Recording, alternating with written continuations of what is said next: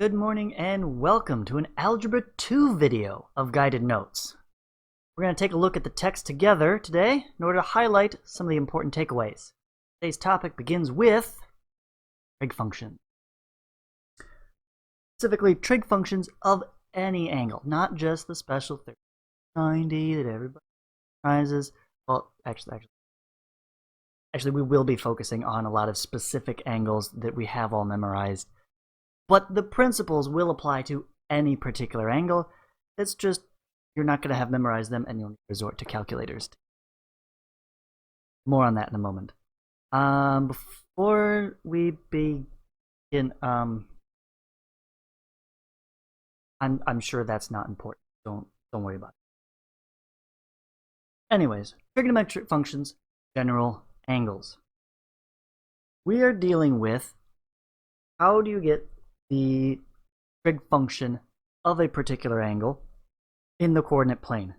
So we're looking at our Cartesian plane, x and y axes right there. We've got, I forgot about the laser pointer, right? We're always starting at the positive x-axis and rotating from that. So this hand so that you can see it, right? Yeah, there we go. That looks better. Okay. So positive x-axis, rotate up from that. How far have you rotated? And if I go out a particular length, where have I stopped? This is the foundation of polar coordinates, as it turns out, based on an angle and a distance from that. You want to be able to kind of convert between one and the other. For a given angle here at theta and some distance r away, I am now at this point P in space.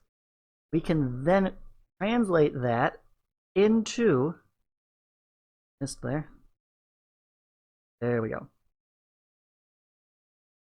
And a right triangle that has length and height are components x, y. So looking at each of those elements, the radius, x, y distance, and that angle theta, we can then create these 6 trigonometric ratios. And you can see now why they're called ratios, because they are just relating one side of a triangle to the other, much like we did with the right triangles isolated. Now they're on the Cartesian. Now they are coming out of a given angle. One thing I would like to point out to you, if this radius is in fact 1, then some of these simplify greatly. In particular, sine and cosine. If sine is used on an angle with a radius of 1, r becomes 1, and then you're just left with y. And cosine, similarly, radius 1, you're just left with x. This is particularly useful because we will often encounter a radius of 1, that is to say a unit circle on the Cartesian coordinate, and we will want to know what are the x, y coordinates of a point on that circle. Immediately, clearly, just cosine and the sine of the angle of that coordinate. And that's there. Sine gives you y, cosine gives you sine gives y, cosine gives the x. I'm repeating that. I want you to have locked your memory. Very useful, especially when you go to do physics. Okay, so from that we can get an evaluation. If you have a given point on the Cartesian plane, like they do in this example here, right? We've got a point down here. It's 5, negative 12. We just take those numbers 5, 12. Oh, what about okay, Pythagorean, find r, okay? 5, 12, it's a triple, it's going to be 13, 5, 12, 13. So between those 3 numbers, ratio of those will give us all of our trigonometric ratios. Okay, so sine will be y over the r, negative 12 over 13, cosine, x over r, 5 over 13, so on and so forth. Get out here. Okay. next thing to look at, the quadrantal angle. Angle that lands on line between quadrants. If you divide the Cartesian plane up into fours, those specific ones, terminal side is on the axis. These are very big, very important, very useful numbers and angles to know and have memorized. That word, however, quadrantal angle, I have never used in my life, so don't worry about it. But definitely know, memorize, and learn to love these guys right here. And big idea there, notice I've already highlighted it. Each pair of coordinates has a 0 on it, and the other coordinate is an R every time. It's just a matter of, is it positive, is it negative, are we on the x-axis, are we on the y-axis? That's what makes it fairly straightforward. And notice then all of our trig ratios become very simplified values: 1, -1, 0, or undefined. All right. Here's a very useful term, the reference angle. The reference angle is what happens when you get an angle outside of the first quadrant. Looking at that example there, this theta goes up and around, and it keeps carrying over around and around and around and around. It goes where it stops and nobody. Okay, right here. Right? But that theta is massive. It's huge. It doesn't tell us a whole lot. It doesn't create a very visual, stimulating picture, because you can't have a triangle with this kind of angle. That's ridiculous. So instead, what we are going to do is, by convention, we will always, from our point on the terminus ray, go straight to the x-axis. Do not pass go, do not collect $200. To the x-axis, hit it at a right angle. Now we have a right triangle. And now that angle inside there, in this case it would be, I'm going to zoom in even more, right? This angle in here, right, the angle to the x-axis, is our theta prime. Call that the reference angle. And it is the one that we are going to use. It turns out that the sine of theta, and this will work for all of the trig functions, is exactly the same as sine of theta prime, or reference angle. And that should make sense because they're going to land on the same place, right? The sine here represents, as we saw before, sine on a unit circle, radius of 1, is the y-coordinate. Well, if we took this exact same angle, right, let's say we duplicated that ray out here, right, and we created our angle there, theta prime, shouldn't we end up with a point up here that has a y that is the same as this y? Absolutely. There is a slight catch though, and you might have picked up on it by now. This one is negative. Value is still the numbers, that it's just sine theta is negative sine theta prime. So use that reference, use your intuition. You can look at the picture and know, okay, which quadrant is it in? Is it supposed to be positive? Is it supposed to be negative? Rather than trying to memorize, oh, is it between that value, therefore it must be positive. Don't try to add, subtract too much to it. Okay? Look at the image. Where does it end up? What should it be, positive or negative? Okay? But this chart gives you an idea of what kinds of reference angles you end up with from whichever quadrant, and what range of values are valid and positive. So one quick test you can do, finding the reference angle from a given angle, and you're looking at how can I get back to the x-axis as quick as possible. Sometimes, in this case, if you're in the fourth quadrant, it'd be better to add. I've gone 300 around. I want to get up to that x-axis again. That would be 360 total. So I go from, right? Whereas this guy, less so. I've gone around and I landed in quadrant 3. How do I get up to the x-axis? Well, now I want to subtract. I'm going to take away some of that. And this one, we're going to deal with radians. Remember, it is 2 pi all the way around the circle. Halfway is 1 pi. They tell us that this angle is 4 thirds pi, 4 pi over 3. So why don't we represent this as the same? Got to get that common denominator, 3 pi over 3. I've got to subtract. That 3 pi over 3 represents this much angle. So if I subtract 4 pi over 3 minus 3 pi over 3, I'm going to get, the answer is right there, 1 pi. Super simple stuff, right? But it kind of requires you to know your unit circle. The more you have that memorized, the easier the. So simple. You know where everything lands. You know all the numbers associated with it. You can just convert between one or the other. You know that, hey, that point right there, it has this angle, it has this angle, it has this x, it has this y. You've got all of that ready to go. All right, let's look at, I mean, there's one more type of thing. Using the reference angle to find a trig value. Aha! Here's what we're ultimately after. Take any general angle, convert it to its reference angle.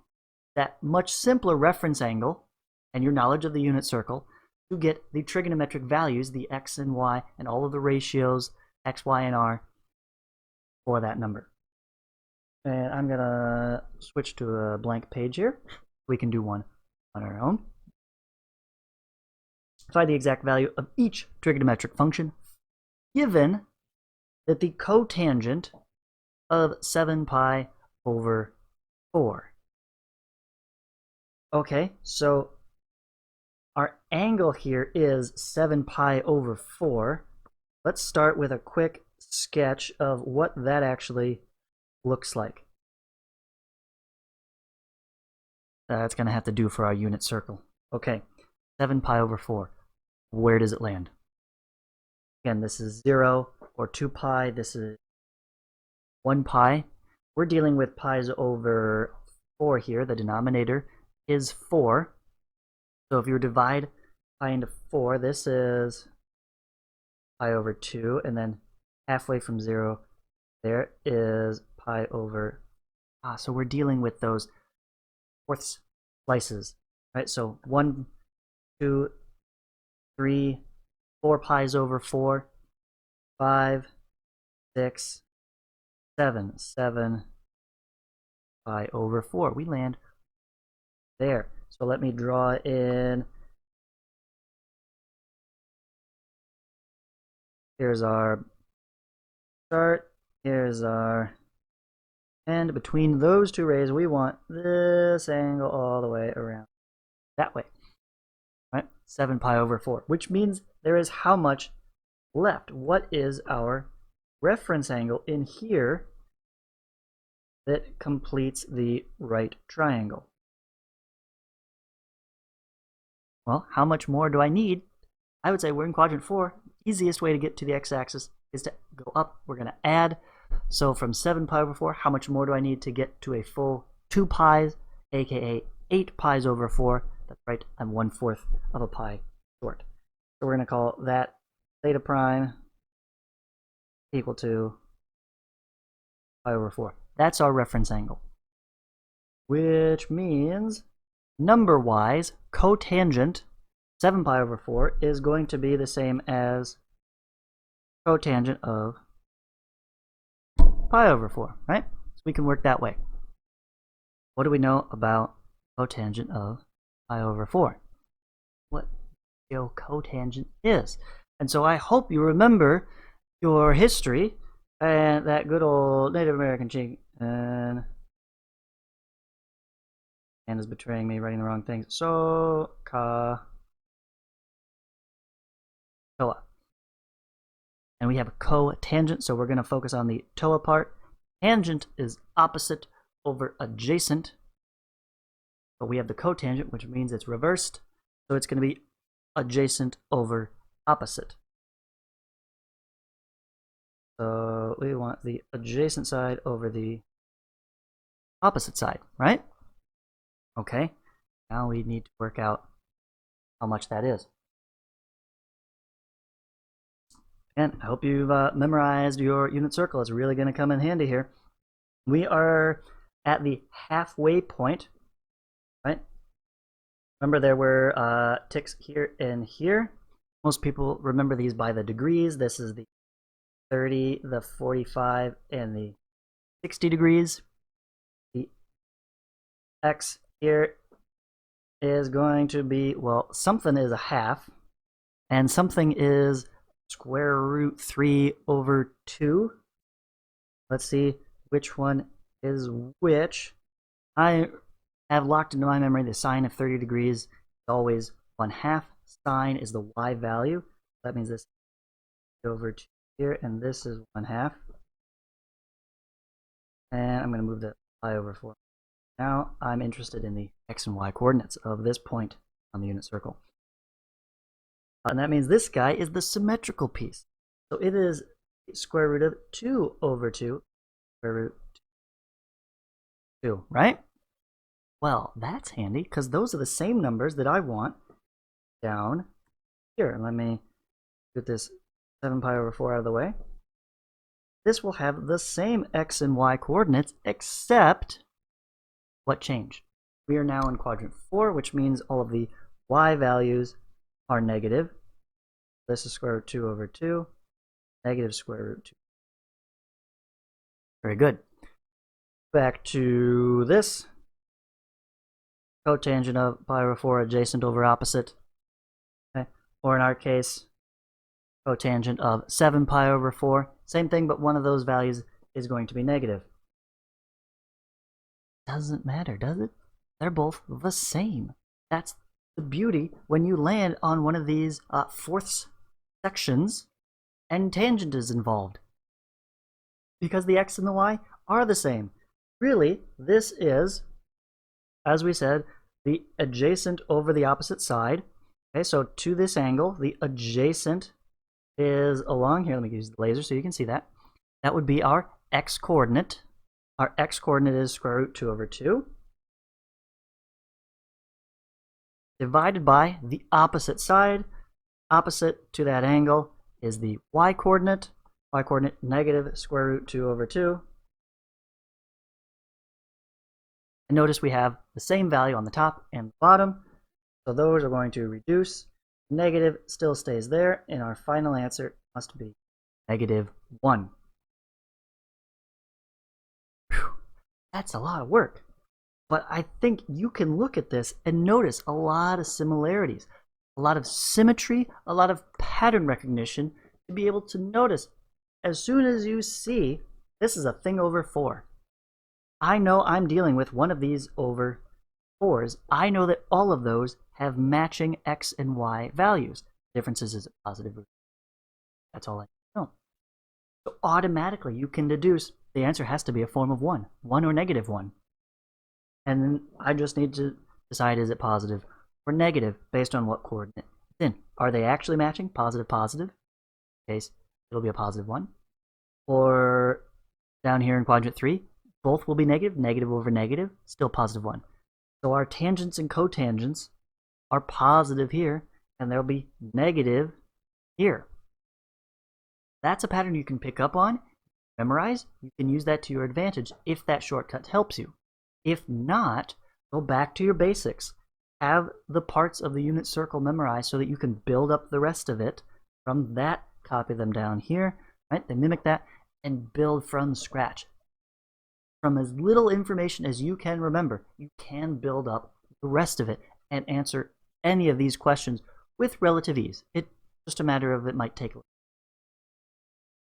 All right, back to the text. Let's wrap up. Textbook answer says negative 1. Huzzah! Okay, we did it. Yeah. And they took a lot less time. But again, reference angle, they used this. It equals the negative of cotangent of the reference angle, which is degrees. They converted radians back into degrees. I don't know why they did that. Probably because this author remembers cotangent of 45 degrees equals 1. He just has that piece stored in his memory, so it must be negative. Right? All depends on how you have stored it. What information do you have to work from that you can build out from there? Okay. And then, of course, we can work out what quadrant things there. A few more examples. Find the coordinates given a radius and an angle. This is working backwards, right? Here I'm going to give you r and theta. Find me the x and y. So instead of just listing off every ratio or finding a particular ratio, the numbers x and y. And this is using your unit circle to just remember, that's a something pi over 4. Their answers are going to be square root 2 over 2, square root 2 over 2. Positive or negative, something, right? That's it. That's all. Memorize your unit circle. That's all I can tell you. Memorize your unit circle. Okay. New to this section. Okay. The sine is the y. The cosine is the x. Okay. Those ones that land on the axis, awesome, great, very simple. Don't need a fancy name. When you can, draw your angle to the x-axis. Create a right triangle. And now you practice using trig on the right triangle. Here's your triangle. You have everything that you're used to already now. That's it. So then for practice at home, let me invite you to do this one, number 12 here. Find the exact value of this trig function, just like we did in the example, except now you're going to find tangent of 5 pi over 3. Remember when it says exact value, that means don't go to the calculator. Use your unit circle. That means, yes, keep the square roots of 3's and the square roots of 2's and all those radical numbers. Okay? I don't want to see any decimal approximations. Okay? Answer me that question and explain exactly how you found it on the Google Classroom comments. And we're going to call that the end of the video. Thank you so much for watching. Oh, yeah, and if that guy scrolling around over there gives you problems, ask questions about that as well. So long, farewell, enjoy the rest of your day.